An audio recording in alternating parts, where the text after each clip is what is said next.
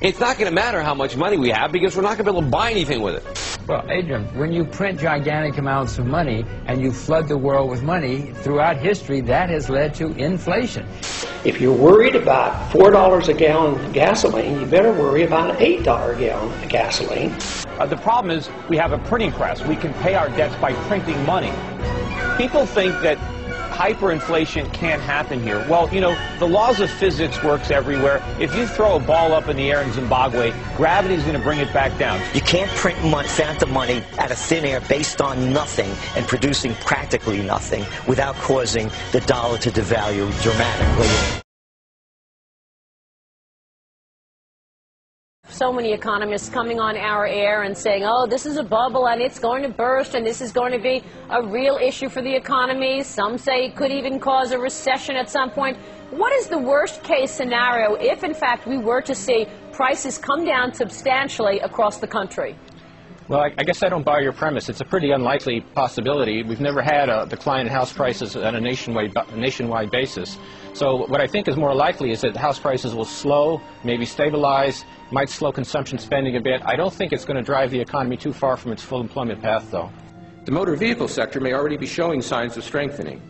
After having cut production significantly in recent months, in response to the rise in the inventory of unsold vehicles, automakers appear to have boosted the assembly rate a bit in November, and they have scheduled further increases for December.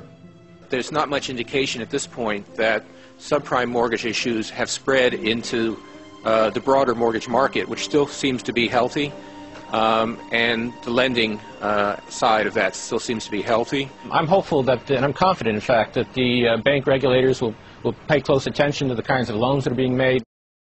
Will you tell the American people to whom you lent $2.2 trillion of their dollars? Will you tell us who got that money and what the terms are of those agreements? No. No. No. No. Our dollar today is worth 4 cents compared to the dollar of 1913 when the Federal Reserve took charge of it. And if you don't deal with the dollar, there will be no retirement for anybody. We're going to have chaos. And that is why you have to cut spending. That's why we need a new foreign policy. We need to tie the people over here in this country, the people who are dependent, but we need to let the people get out, whether it's Social Security or medical care or education. The Constitution doesn't advise that we do any of that anyway. That's the only way we can solve the problem.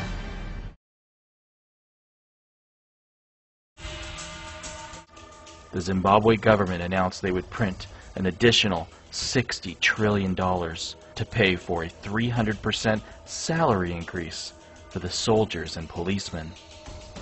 In August of 2006, 3 zeros were chopped off the currency to form a new Zimbabwe dollar. And in June of 2007, $1 trillion of the new currency was printed to pay for a 900% salary increase for the soldiers and policemen.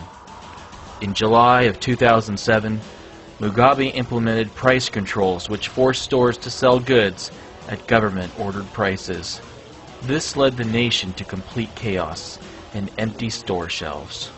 Mugabe's solution was to print more money, and in February of 2008, the total Zimbabwe money supply reached $800 trillion.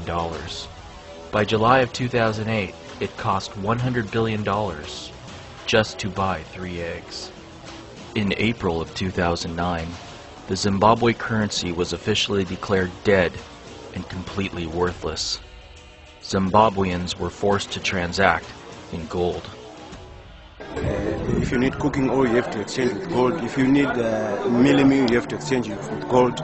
If you need soap, you have to change with gold. Everything is gold, no Zimbabwean dollars.